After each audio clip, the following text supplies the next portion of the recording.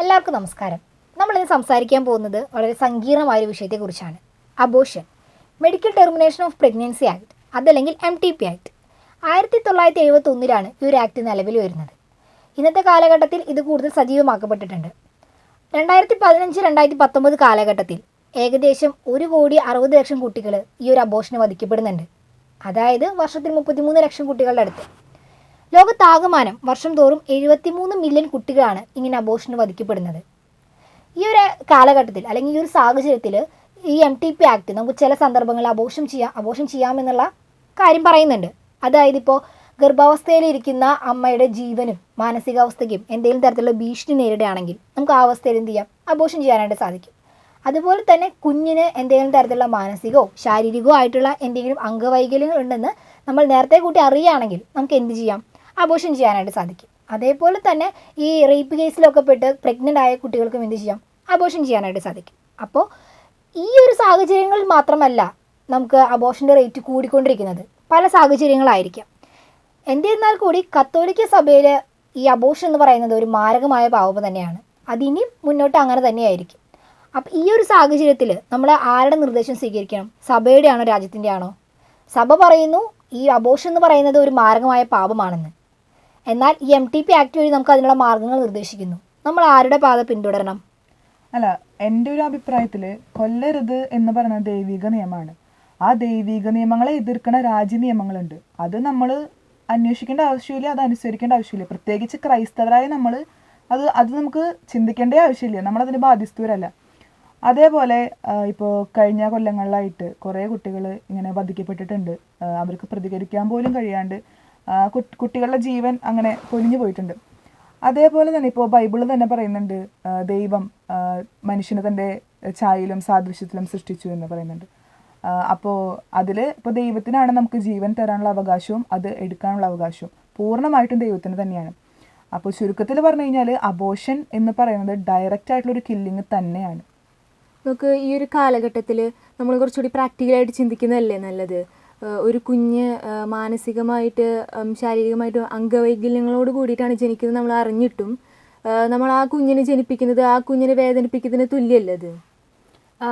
അങ്ങനെ വരാൻ വഴിയില്ല. കാരണം ഇതിൽ നമ്മളൊരു കാര്യം മനസ്സിലാക്കേണ്ടത്, ആ കുഞ്ഞെന്ന് പറയുന്നത് ഒരു മനുഷ്യ വ്യക്തിയാണ്.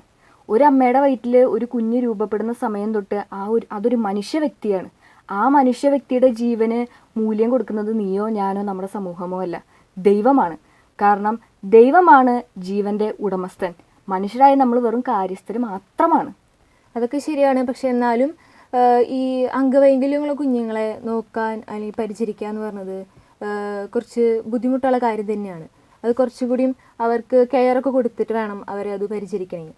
അപ്പോൾ ഇതുപോലുള്ള കുഞ്ഞുങ്ങൾ സാമ്പത്തിക സൗകര്യമില്ലാത്ത കുടുംബത്തിലാണ് ജനിക്കുന്നത് നമ്മൾ അറിഞ്ഞിട്ടും കുടുംബത്തിലാണ് നമ്മൾ ജനിക്കുന്നത്.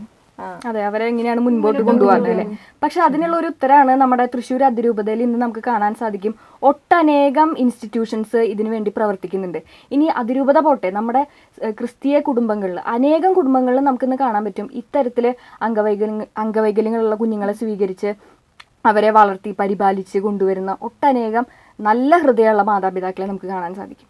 നിങ്ങളൊന്ന് ആലോചിച്ച് നോക്കിയേ, ഈ ആക്സിഡൻറ്റിനും മറ്റും പെട്ടിട്ട് പാരലൈസ്ഡ് ആകുന്ന അല്ലെങ്കിൽ തളർന്നു പോകുന്ന കിടപ്പ് രോഗികളാകുന്ന ആൾക്കാരെ അല്ലെങ്കിൽ രോഗികളെ നോക്കാൻ ആരുമില്ലെന്ന് പറഞ്ഞിട്ട് നാളെ അവരെ കൊല്ലാൻ ഒരു നിയമം വന്നു കഴിഞ്ഞാൽ നിങ്ങളത് അംഗീകരിക്കും? ഒരിക്കലും ഇല്ല, അംഗീകരിക്കില്ല. തീർച്ചയായിട്ടും നമ്മളത് അംഗീകരിക്കില്ല. അതുപോലെ തന്നെയാണ് ഇന്നല്ലെങ്കിൽ നാളെ നമുക്കൊരു സ്ട്രോക്ക് വന്നു കഴിഞ്ഞാൽ വന്നേക്കാവുന്ന അവസ്ഥയാണ് ഇതൊക്കെ. എന്ന് വെച്ചാൽ നമ്മളെ കൊല്ലാൻ പറഞ്ഞു കഴിഞ്ഞാൽ നമുക്കത് അംഗീകരിക്കാൻ കൂടി കഴിയത്തില്ല. ചിന്തിക്കാവുന്നതിലും അപ്പുറമാണ് ആ കാര്യങ്ങളൊക്കെ. അതുപോലെ തന്നെയാണ് എന്താ പറയുക, ഗർഭസ്ഥ ശിശുക്കളും ജനിച്ചില്ല എന്നൊരൊറ്റ കാരണം കൊണ്ട് ആ കുഞ്ഞിനെ കൊല്ലാനുള്ള അധികാരമൊന്നും നമുക്കില്ല. ഓരോ കുഞ്ഞിനും ആ കുഞ്ഞിൻ്റെതായ വ്യക്തിത്വം ഉണ്ട്.